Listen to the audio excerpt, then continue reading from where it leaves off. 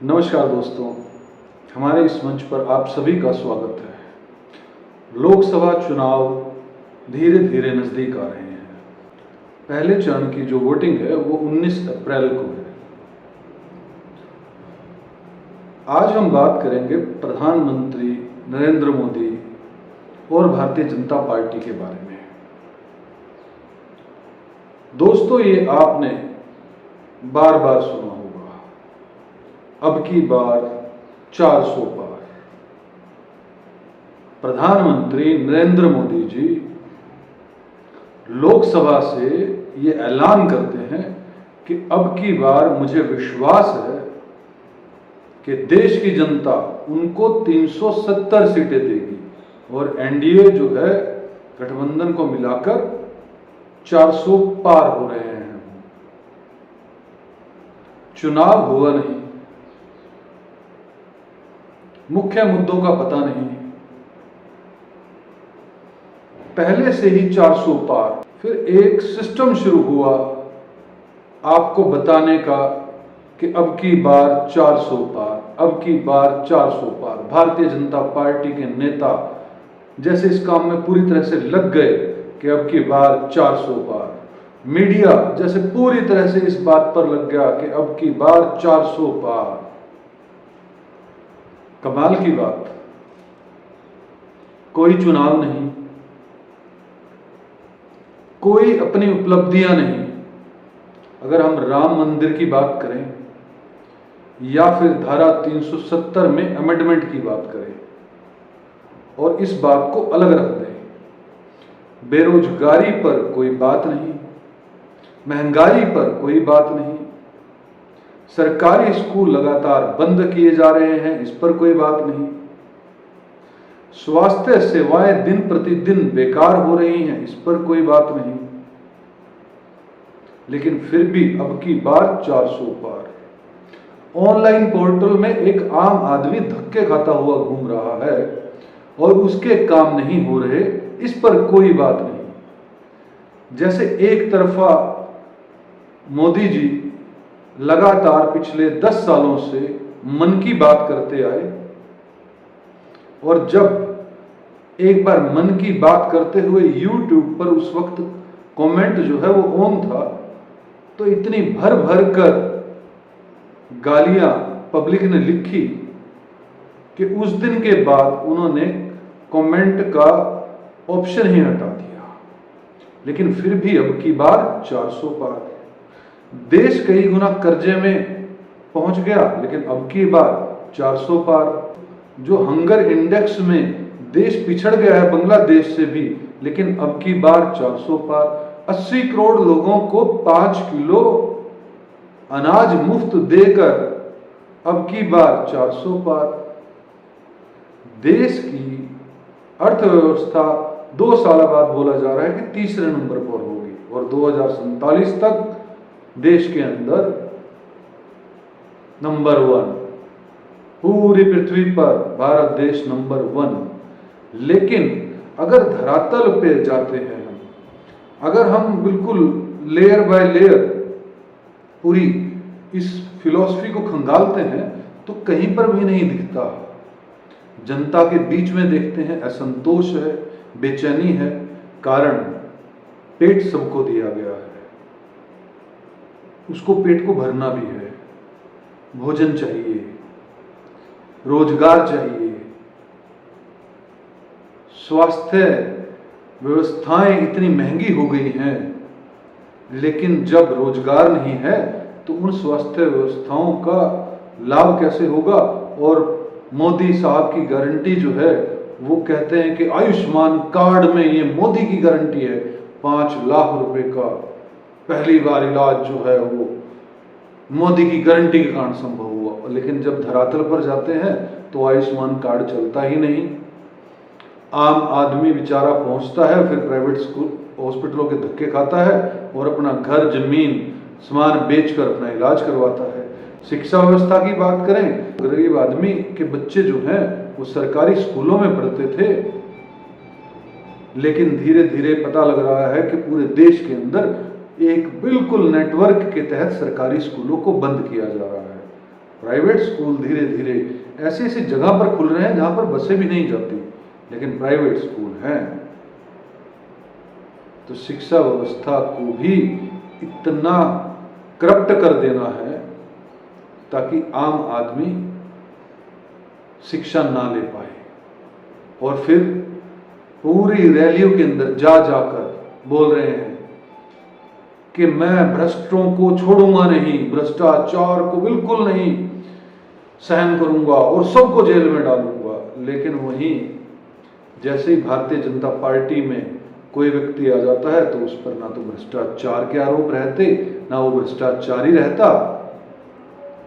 कैसा कमाल का मामला है। और एक ऐसा प्रधानमंत्री इस देश ने चुन दिया कि जो सिर्फ अपनी बोलता है, सुनता है ही नहीं किसी की, जवाब देने की हिम्मत ही नहीं है जैसे, और या फिर इतना एरोगेंस अंदर है कि जवाब देना ही नहीं चाहता। जो दे दिया वो भीख है और इस यहां की जनता को स्वीकार कर लेना चाहिए। मतलब एक तरफ राजा हो गए और उसका राज, और दूसरी तरफ भिखारी, प्रजा नहीं भिखारी, पूरी देश की जनता दूसरी तरफ भिखारी हो गई। जो मिल जाए, जो दे दिया जाए वही सही। अगर इक्वल राइट्स की बात करें तो बिल्कुल कोई जवाब नहीं। अगर बेरोजगारी की बात करें कि रोजगार क्यों नहीं दिया, बिल्कुल कोई बात नहीं। अगर कहें कि 5 गुना कर्जा क्यों चढ़ा दिया इस देश पर, बिल्कुल कोई बात नहीं। सिर्फ और सिर्फ एक ही आरोप बार बार आपको सुनने को मिलेगा, कांग्रेस पार्टी ने ये कर दिया, नेहरू ने ये कर दिया, इंदिरा गांधी ने ये कर दिया, राजीव गांधी ने ये कर दिया। अरे अगर आपकी सरकार को आए हुए इस देश के अंदर 6 महीने हुए थे या हुए हैं तो बहुत ठीक है ये बात कहना कि पिछली सरकारों ने बेड़ा गर्क कर दिया। लेकिन 10 साल तक राज करने के बाद अगर कोई प्रधानमंत्री या उनके बेशर्म नेता, बेशर्म ही कहूंगा, क्यों ना कहूं, जिस ढंग से वो मीडिया के आगे बैठकर और जनता को मूर्ख समझकर या जनता को बिल्कुल दबा हुआ मानकर इतनी बेशर्मी से अपनी बातें कहते हैं, वक्तव्य रखते हैं और किसी दूसरे की सुनना ही नहीं चाहते, तो ऐसे नेता किसी भी मुद्दे की कोई बात ही नहीं करते, सिर्फ अपनी अपनी बके जा रहे हैं, अपनी अपनी कहे जा रहे हैं, अपना अपना सिर्फ राग अलापे जा रहे हैं। 400 पार बीजेपी आज के समय पीक पर है। साउथ के अंदर लगभग 135 सीटों पर कुछ नहीं, 303 सीटें हाईएस्ट अचीव करी, चाहे वो राजस्थान हो, चाहे वो हिमाचल हो, चाहे वो दिल्ली हो, चाहे वो मध्य प्रदेश हो, चाहे वो उत्तर प्रदेश हो, चाहे वो बिहार हो, चाहे वो कितने ही राज्यों की बात करें, सबसे मैक्सिमम अटेन किए हुए हैं। महाराष्ट्र हो, सीटें अटेन कर रखी हैं, फिर भी अब की बार 400 पार। और जब पूछते हैं तो कहते हैं हम तो कार्यकर्ताओं के लिए टारगेट दे रखे हैं। तो क्या जो ये मीडिया हाउसेस बना रखे हैं ये कार्यकर्ताओं को संबोधित करने के लिए बनाए हुए हैं कि पूरे के पूरे मीडिया हाउसेस भी लगे हुए हैं अब की बार 400 पार करने में? आंखों में इस देश के मीडिया हाउसेस के शर्म नहीं बची है।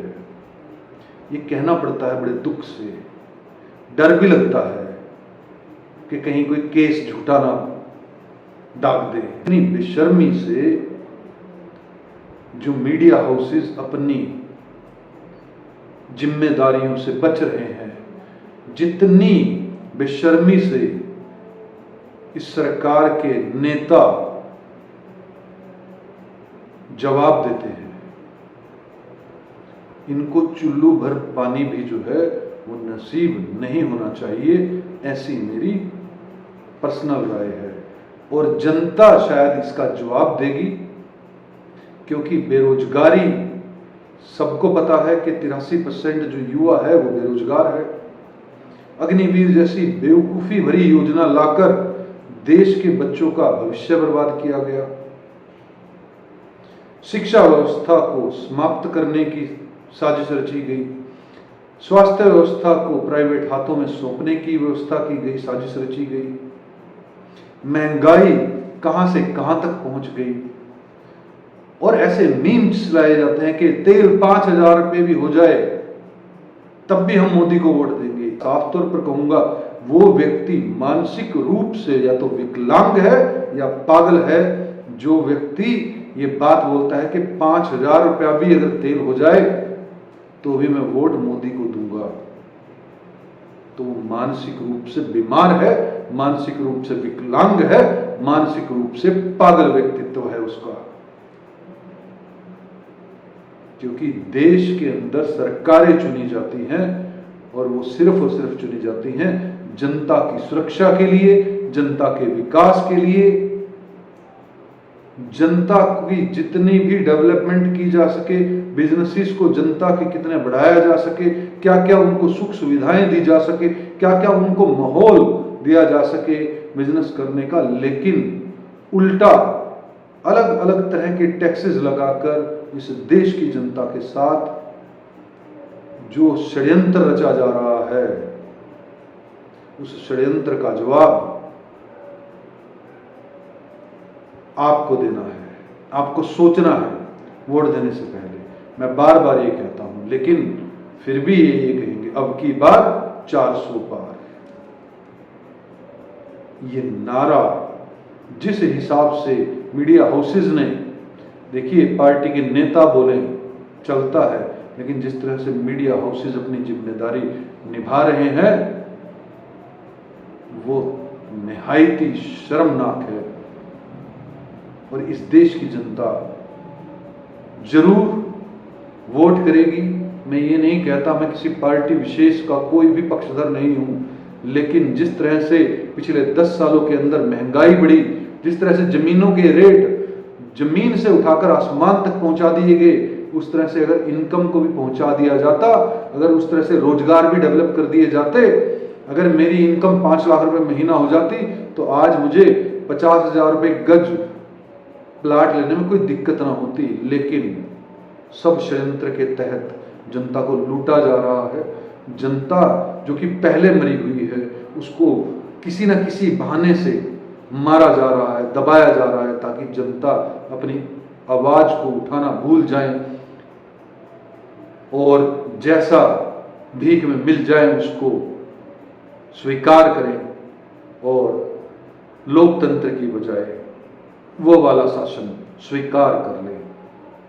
तो क्या आपको भी लगता है कि अब की बार 400 पार, या फिर इस देश की जनता जवाब देगी? लोकतंत्र को बचाने के लिए जवाब देना होगा, हमें समझना होगा, हमें सोचना होगा, निर्णय करना होगा।